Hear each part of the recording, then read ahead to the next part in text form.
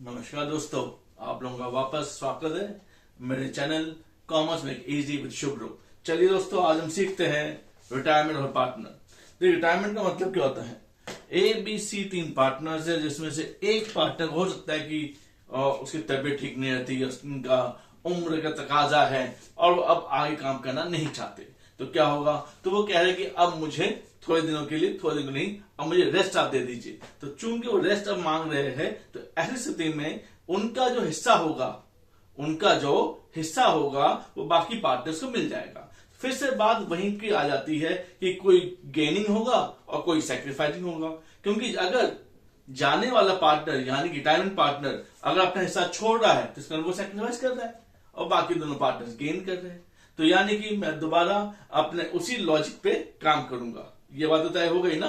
तो चलिए फिर तो देखते हैं, शुरू करते हैं लॉजिकली। अभी मैं कोई एंट्री नहीं कह रहा हूं, हालांकि बुक में और आप लोगों को सिखाया भी गया है। दो मेन एंट्रीज है, रिमेनिंग टू रिटायरिंग पहली एंट्री और दूसरी एंट्री गेनिंग टू सैक्रिफाइसिंग। लेकिन मैं दोनों में से कोई भी फॉर्मूला यूज नहीं करूंगा, मैं अपना लॉजिक यूज करूंगा। ठीक है ना? देखते हैं लॉजिक को दोबारा यूज करना। तो देखते हैं लॉजिक यहां पर भी यूज होता है नहीं होता। ठीक है ना? और एक लॉस का भी साथ कराऊंगा। So have a look. तीन पार्टनर्स हैं,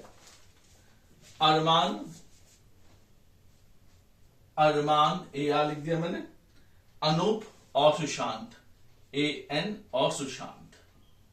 चलिए, तीन पार्टनर्स अरमान, अनूप और सुशांत, उनका रेशियो 3:1। याद रखिएगा, रेशियो 3:1। चलिए, तो मैं यहां पर अपना ही नॉर्मल क्वेश्चन में ओल्ड रेशियो 3:1 फिर से बोलता हूं। तीन पार्टनर्स हैं, अरमान, अनूप और सुशांत, जिनका रेशियो है 3:2:1। लिख दिया मैंने सामने, दिख रहा है। सुशांत रिटायर कर गया। चलिए, सुशांत को रिटायर कर दिया हमने, रिटायर के साइन लगा दिया हमने क्रॉस से। सुशांत रिटायर हो गया और अब अरमान और अनूप कहते हैं कि हम भविष्य में 1:2 में बांटेंगे। यानी ये दोनों कह रहे हैं कि हमारा न्यू रेशियो जो है वो क्या होगा? 1:2। ओके, बताइए, अगर सुशांत के रिटायरमेंट में गुडविल की आप क्या एंट्री करेंगे? अगर गुडविल की वैल्यू कितनी है? 30,000। सॉरी, गुडविल वैल्यू कितनी है? 30,000। ध्यान रखिएगा, फर्म की गुडविल का ध्यान रखना आपको। ठीक है ना? फर्म की गुडविल। तो यहां पर मैं लिख दिया फर्म्स गुडविल। ठीक है ना? 30,000। तो क्वेश्चन को दोबारा सुन लेते हैं, घबराने जरूरत नहीं है। जहां पर भी घबराने की बात होगी मैं खुद ही बता दूंगा और कमेंट जरूर कीजिएगा। ठीक है ना? चलिए, तो मैं दोबारा तीन पार्टनर, और तीन पार्टनर का नाम क्या है? अरमान, अनूप और सुशांत। इनका ओल्ड रेशियो था 3:1 और अब सुशांत रिटायर हो जाता है, तो इन दोनों का रेशियो ये कहते हैं मैं 1:2 में भविष्य में बांटेंगे। गुडविल कितनी है फर्म की? 30,000 की है। ठीक है ना? हम अभी कोई जल्दी याद नहीं कर रहे, हम अपने नॉर्मल से जो लॉजिक है वो याद करके चल रहे हैं। लॉजिक क्या हमारा? प्लस और माइनस, कैपिटल अकाउंट में प्लस क्या होता है? क्रेडिट, और माइनस डेबिट। यही हमारा फॉर्मूला हम शुरू से करते हुए आ रहे हैं। ठीक है ना? तो शुरू करें। चलिए, 30,000 पहले ये तीनों 3, 2, 1 में बांटते थे, तो क्या रेशियो हुआ? 3/6, 2/6, 1/6। 30,000 को इस रेशियो में बांटेंगे तो it will amount to 1/6 means 5,000, 5,000, then 10,000 and then 15,000। ठीक है जी। अब 30,000 को ये दोनों अरमान अनूप कैसे बांटेंगे? 1:2 में, यानी 1/3 एंड 2/3। तो 1/3 का मतलब होता है 10,000 एंड 20,000। यहां पर डैश। सोचते वैसे, पहले कितना मिलता था? 15,000।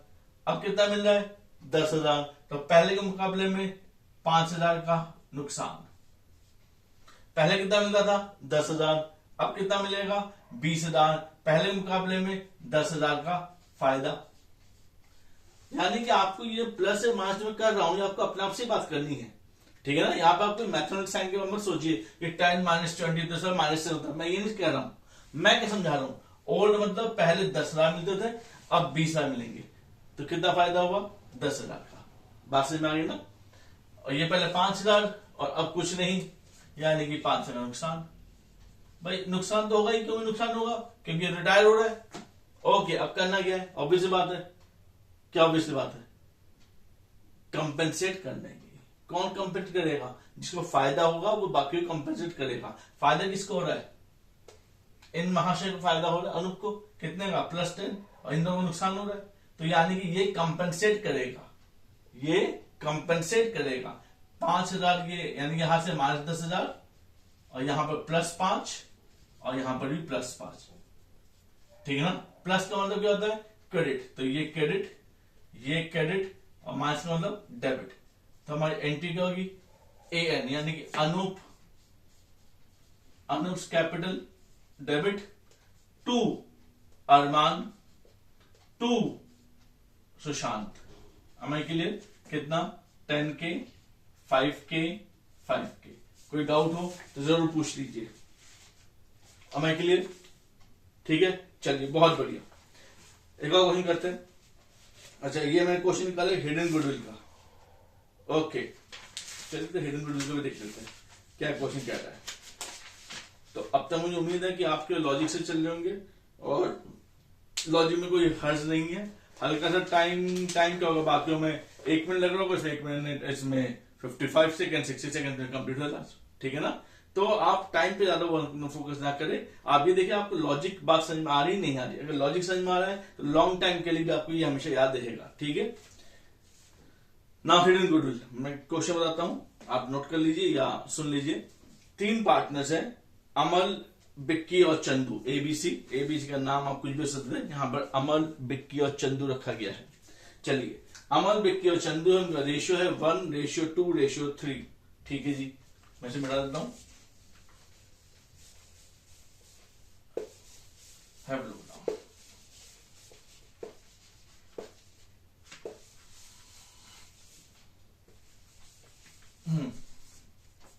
तीन पार्टनर्स हैं, ABC, अमल, बिक्की और चंदू। उनका रेशियो 1:2:3। तो अमल, बिक्कू और चंदू, उनका रेशियो है ओल्ड रेशियो 1:2:3। ठीक है? इसमें से चंदू रिटायर हो जाता है, और सभी कैपिटल को एडजस्ट करने के बाद, कैपिटल एडजस्ट करने का मतलब क्या होता है?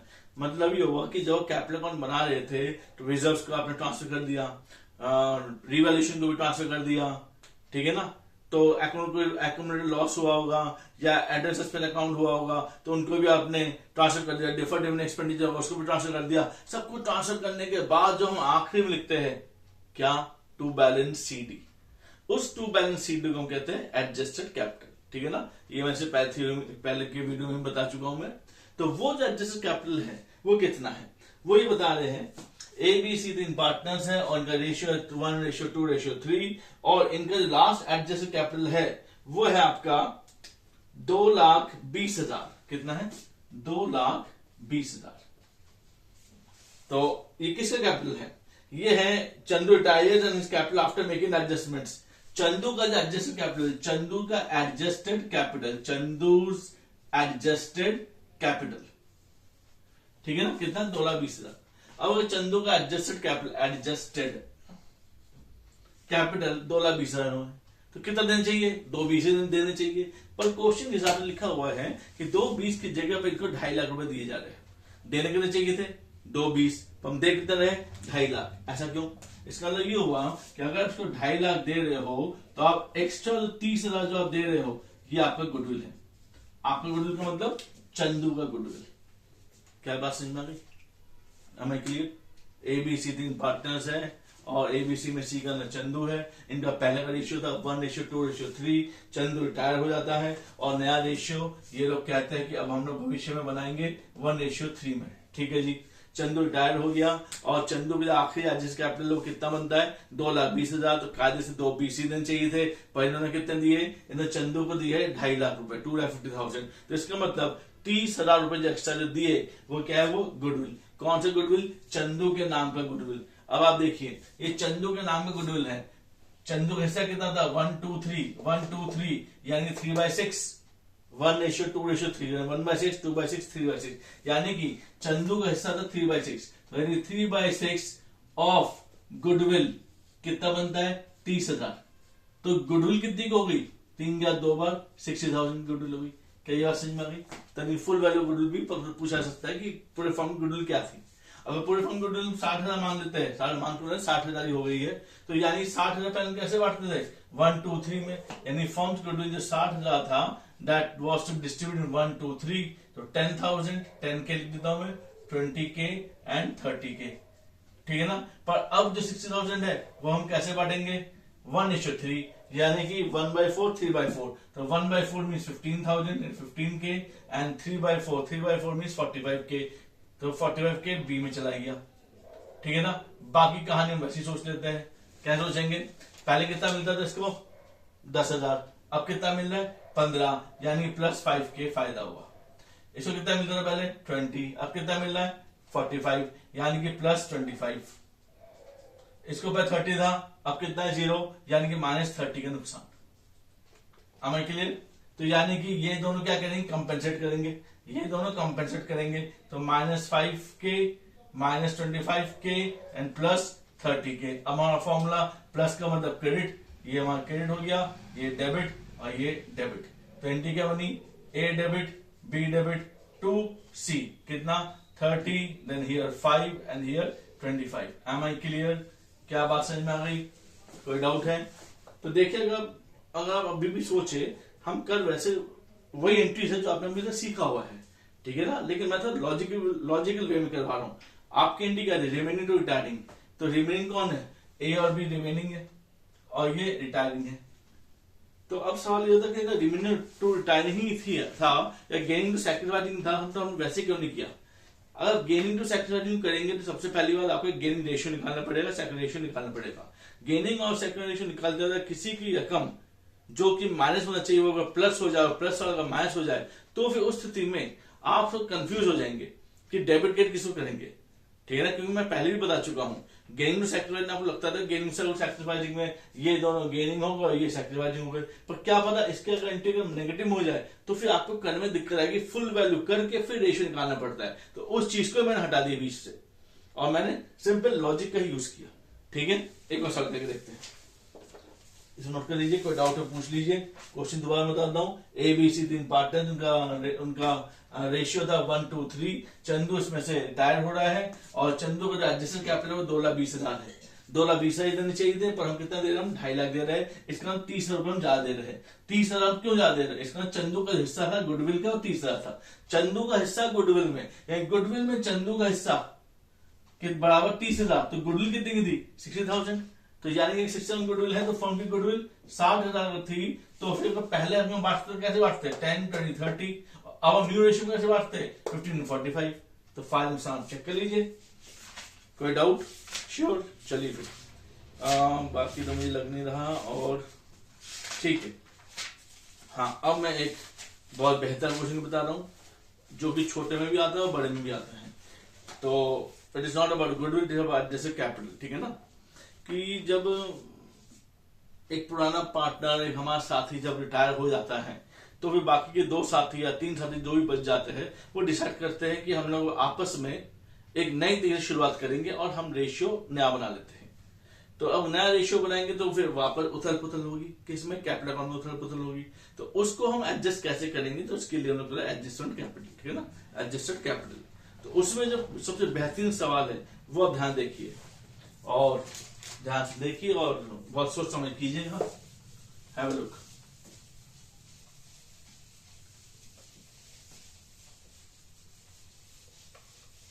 चलिए, ये भी मिट गया। 3 पार्टनर्स है X, Y और Z। चलिए, 3 पार्टनर्स X, Y और Z, इनका रेशियो 5:3:2, इनका रेशियो 5:3:2। बहुत ही बेहतरीन क्वेश्चन है। Y रिटायर होता है 31 मार्च को और जिस समय रिटायर होता है उस समय X, Y, Z का एडजस्टेड कैपिटल, रिटायर कौन हो रहा है, Y रिटायर हो रहा है, और जिस रिटायर हुआ है उस दिन के एडजस्टेड कैपिटल जो है वो हमारे पास है 43,200 फॉलोड बाय 36,600 36,600 एंड देन 11,200। बहुत ही बेहतरीन क्वेश्चन है ये, मुझे लगता है ये। तो XYZ 3 पार्टनर, रेशियो 5:3:2 था। इसमें Y रिटायर हो जाता है, और जब रिटायर होता है तो XYZ का लास्ट एडजस्ट कैपिटल कितना है? 43,200, 36,600 एंड 11,200। ठीक है। अब सवाल यहां पर एक ट्विस्ट रहता है। इस समय जब रिटायर हो रहे हैं उस समय कैश बैलेंस हमारे पास था 4,000, अलग से कैश बैलेंस है। कैश बैलेंस हो, बैंक बैलेंस हो, कितना है? 4,000। ये लोग कहते हैं, अब क्वेश्चन में अब कहानी शुरू हुई। ये लोग कहते हैं कि हम ऐसा करें कि हम वाई को पेमेंट कर देते हैं। वाई को हम पेमेंट इस प्रकार से करें कि नया रेशियो हमारा यानी एक्स और जेड का 3:2 हो जाए। न्यू रेशियो एक्स और जेड का कितना होना चाहिए? 3:2 है। पर कहानी यहां खत्म नहीं हो रही। कहानी यहां पे ये हो रही है, हम इनको इस प्रकार से दे कि न्यू रेशियो 3:2 हो जाए, ये ध्यान रखते हुए कि हमें मेंटेन मिनिमम बैलेंस हमें कैश में मेंटेन करना है 3,000। बस इस बीच में कोई पैसा लाना पड़ेगा या ले जाना पड़ेगा, वो आप लोग कीजिए। क्वेश्चन को दोबारा पर समझ लेते हैं जल्दी से। XYZ 3 पार्टनर का रेशियो 5:3:2। XYZ का लास्ट एडजस्टेड कैपिटल है 43,200, 36,600, 11,200। यानी कि Y को हमें पे करना है, हमें मतलब X और Z पे करेगा 36,600। यहां तक तो नॉर्मल थी कहानी। पर अब क्या कहा गया है कि हम इसको जो पे करेंगे और भविष्य में X और Z इसको पे करने के बाद हम भविष्य में क्या रेशियो मेंटेन करेंगे? 3:2। पर हम जिसको पे करेंगे उस पे करने में मेरे पर क्या है? कैश है। हाँ जी है। पर ये कहते कैश में से हम केवल और केवल 1,000 निकालेंगे। क्यों निकालेंगे? क्योंकि आप मिनिमम कितना बैलेंस मेंटेन करना है? 3,000। अगर 3,000 आपको भविष्य में मेंटेन करना है तो इस समय कितना है? 4,000, और 3,000 मेंटेन करना है तो कितना दे सकते हो? 1,000 दे सकते हो। अब सवाल पे आते हैं, अगर आप केवल 1,000 दे सकते हो तो पहले हम देखते हैं कि हमें कितने पैसों की जरूरत पड़ेगी। ठीक है ना, हमें ये देखना है हमें कितने पैसों की हमें जरूरत पड़ेगी। तो देखो, अमाउंट पेएबल आपको कितना देना था? हमें देना था 36,600। कंफर्म 36,600 देने थे, जिसमें कितने रुपए आपके पास है? 4,000 है। लेकिन उसमें कितना यूज कर सकते हो? उसमें हम केवल 1,000 यूज कर सकते हैं। 1,000 क्यों यूज कर सकते हो? क्यों? मिनिमम बैलेंस कितना मेंटेन करना है? 3,000। तो 4,000 में से अगर 3,000 मेंटेन करना है तो आप 1,000 के यूज कर सकते हो उसको पे करने के लिए। तो अगर 1,000 यूज कर सकते हो तो कितना पे करना पड़ेगा? 35,600 आपको पे करना पड़ेगा, यानी कि बकाया रहेगा। वाई को हमें पे करना है कितना? 35,600। ठीक है। तो वर्तमान में करंट स्टेटस क्या है? फिर आपका करंट स्टेटस है 43,200, एक्स का, जेड का कितना है? 11,200, और इसके लिए हमें कितना देना है? 35,600। तो टोटल कैपिटल कितना हुआ हमारे पास? टोटल कैपिटल हमारे पास होगी, तीनों में ऐड करेंगे तो 90,000। क्या यहां तक बात समझ में आ गई? कोई डाउट? पक्की बात है। हमने किया क्या? जो इसको था इसका पेमेंट है वो तो बताएंगे। 43,200 कैपिटल है, लास्ट एडजस्टेड। इनका लास्ट एडजस्ट कितना है? 11,200। इनका कितना था? 36,600। पर लिखा कितना? 35,600। क्यों लिखा? क्योंकि 36,600 में से हम कितना दे सकते हैं? 1,000 दे सकते हैं। तो कितना देना पड़ेगा? 35,600। Total capital of the firm कितना है? टोटल कैपिटल ऑफ फर्म कितना हो? 90,000। ठीक है। अब 90,000 को क्या कह रहे हैं कि हम भविष्य में कैसे बांटेंगे? 3:2 में। तो 3:2 में 3/5 एंड 2/5। 3/5 करेंगे तो कितना हुआ? 5, 18, 54,000 एंड दिस विल बी 36,000। क्या ये बात समझ में आ गई? यानी कि जब y चला जाएगा तो x और z बचेंगे, और जब x और z बचेंगे तो उनका कैपिटल इतना और इतना होना चाहिए। पर इन्होंने क्या कहा कि x और z जब बचेंगे तो कैपिटल ये नहीं होगा, नया कैपिटल ये और ये होगा। अगर नया कैपिटल 54 है जबकि आप अभी 43,200 में हो तो यानी कि आपको घर से पैसे लाने पड़ेंगे। बात समझ में आई? So amount brought by A will be 54,000 minus 43,200। तो ये आपका हो जाएगा 10,800 का हो जाएगा। और यहां पे कितना हुआ? ये 11,200 था, जबकि लाना कितना बनाना पड़ेगा? 36,000। घर से पैसे लाने पड़ेंगे। कितना लाना पड़ेगा? 36,000 minus 11,200। So it will be 24,800। Am I clear? So amount brought by amount brought by X and Z will be 54 minus 43,200 and 30,000 minus 11,200. Am I clear? बात समझ में आ गई है? बहुत इंपॉर्टेंट क्वेश्चन है, बहुत बढ़िया क्वेश्चन है, इसे जरूर कर लीजिएगा, इसके आने के चांसेस बहुत ज्यादा है। ठीक है ना? Thank you all. कल हम लोग करेंगे डेथ ऑफ ए पार्टनर और उसमें थोड़ा टाइम ज्यादा रहेगा क्योंकि उसमें हम 6-7 अलग क्वेश्चन भी करेंगे और उसमें इंटरेस्ट के बारे में ज्यादा ध्यान देंगे। इंटरेस्ट एक क्वेश्चन, इंटरेस्ट ऑन लोन, ठीक है ना। एग्जीक्यूटर्स को जब हम पैसा पेमेंट करेंगे तो उस समय हम ब्याज समेत पे करेंगे, तो उस ब्याज की कैलकुलेशन जो होगी वो थोड़ा सा टिपिकल रहेगा, तो बहुत ध्यान से कल की क्लास जरूर देखिएगा। ठीक है ना?